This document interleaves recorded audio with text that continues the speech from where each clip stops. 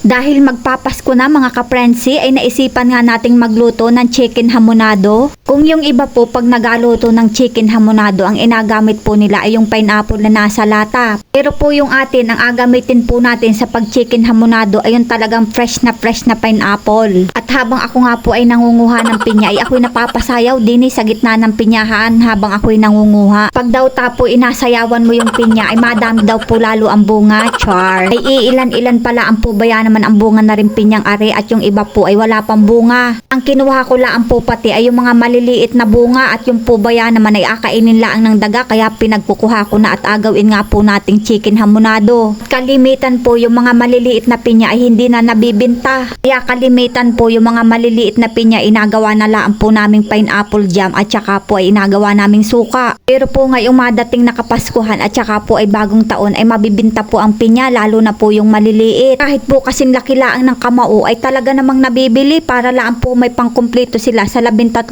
prutas. Ay syempre tayong mga Pilipino naniniwala tayo sa mga pamahiin, sa mga lucky charm kaya dapat kumpleto ang mga prutas. Ay kung kumpleto nga ang iyong prutas sa bagong taon at ikaw naman ay tamad ay digayon din wala ding mapasok na swerte sa iyo. Kaya naman kung gusto mong guminhawa ang buhay mo ay di magtrabaho ka, hindi yung nakatunga nga ka maghapon ay awang kulaan sa iyo kahit kumpleto pa ang prutas mo kung ikipatamad-tamad ay nako ay walang biyaya. Kalimitan po pag nagawa sila ng chicken hamonado ay meron pong pineapple na bilog ay syempre ay tayo magawa din ng gayon. At may butas din sa gitna ay syempre hindi rin tayo magapahuli. Lagyan din natin ang butas sa gitna at tanggalin din natin yung butod. Kaysa naman po ay mabili pa tayo nung nasa lata ay mahal din po yun. Magkano rin ay tayo naman po ay kayang-kaya nating gawin. Sabi nga nila pag gusto may paraan, pag ayaw maraming dahilan o ay dibaga ay tayo nakagawa. Kaganda man din ang design parang yung nasa lata din. Ako, mikos-mikos na ni Insan yan. Kasi kinamay-kamay na ni Insan yan. Ay bago ko po nilamas yan, ay talaga naman pong ako'y naghugas ng kamay at ako po ang makain yan. Ay syempre dapat malinis. At yung pong ating giniyat-giyat na pinya kanina ay ating apakatasin. At yan po yung agamitin nating pambaba dun sa ating agawing chicken hamonado. Pagkatapos nga nating pigaan ay magalagay na tayo ng toyo at paminta. At ahaluin. Alagay na rin natin yung isang buo nating manok. At ababad natin ito ng mahigit 2 oras para talaga namang dumikit yung lasa ng ating pineapple dun sa katawan ng manok. Lagyan din po natin dun sa kailaliman ng manok para talaga namang nanunuot yung lasa. At pagkatapos nga po nating ibabad ng 2 oras yan ay atin ng atalian yung kanyang paa. Ay legs po pala, hindi po pala paa at naputol na yung kanyang paa. Ay naku,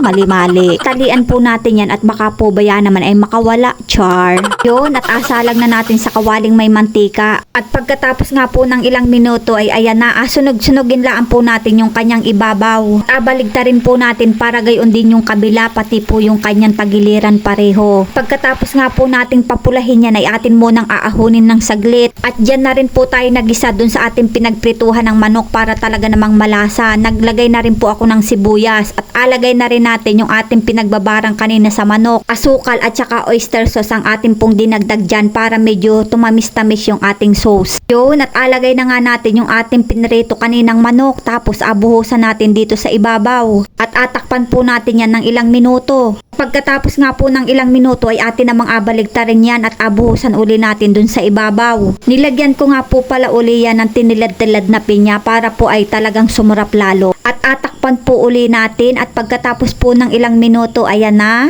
lutong-luto na siya. Buhusan lang po natin ng buhusan yung ibabaw niyan para talaga naman pong nanunuot yung lasa ng pineapple. Yun, at alagay na natin yung ating pangmalakasang pinya kanina na ating hiniwa-hiwa ay dibaga ay kaganda ng itsura. Buhos lang po tayo ng buhos dun sa ibabaw para talaga namang nanunuot yung lasa. Hinaan lang po natin ng apoy para talaga namang lutong-luto sa ilalim yung manok. Ay talaga namang pong napakabango ng amoy. At pagkatapos nga po ng ilang minuto ay atin ang aahunin at yun nga ni ay talaga namang nakakatakam. Ay pwedeng-pwede po ninyo itong ihanda sa nalalapit na Kapaskuhan at bagong taon at talaga naman pong ito'y napakasarap. Ay panigurado po hindi po kayo mapapahiya sa inyong mga bisita at ito po talaga'y napakalasa. Yun, at talaga namang nagpandali na naman sa pagpang-ot. Talaga namang pong wala akong masabi kung hindi napakasarap na ay tender juicy pa. Ay panalo po talaga ari lalo na sa mga handaan. Ay nako, ay inasabi ko sa inyo baka ari ang laging ubos. Lalo na po sa mga bata ay nako, swak na swak po ari sa panlasa nila at ari po ay matamis-tamis. Dahil nga sa sobrang sarap ng aking inakain ay hindi ko na namamalayan. Ako pala may muyang na may kanin na dito sa aking gilid ng panga. Makagayon po baya naman ako pag ako po'y sarap na sarap sa inakain ko ay wala na po akong pakailam kahit po ay anong meron sa mukha ko basta po ako'y makalamon laang. Ay talaga namang mual, talaga namang kahit napakaamos na ay tuloy pa rin ang kain ay talaga namang pong napakasarap. Ay isang patunay po na talagang ang hamonadong manok ay napakasarap talaga. Sa sarap ng chicken hamonado ay taob na naman ang isang platong kanin. At ari na nga ang huling piraso ng manok ay talaga namang ubos sa idlahat. Grabe, pag nagluto kayo nito hindi kayo magsisisi at talaga namang napakasarap. Basta sarapan nyo laang ng timpla ay nako, swabing swabe. Mga ka-friendsi, pasubscribe na lang po ng aking YouTube channel. Thank you for watching po and see you again guys!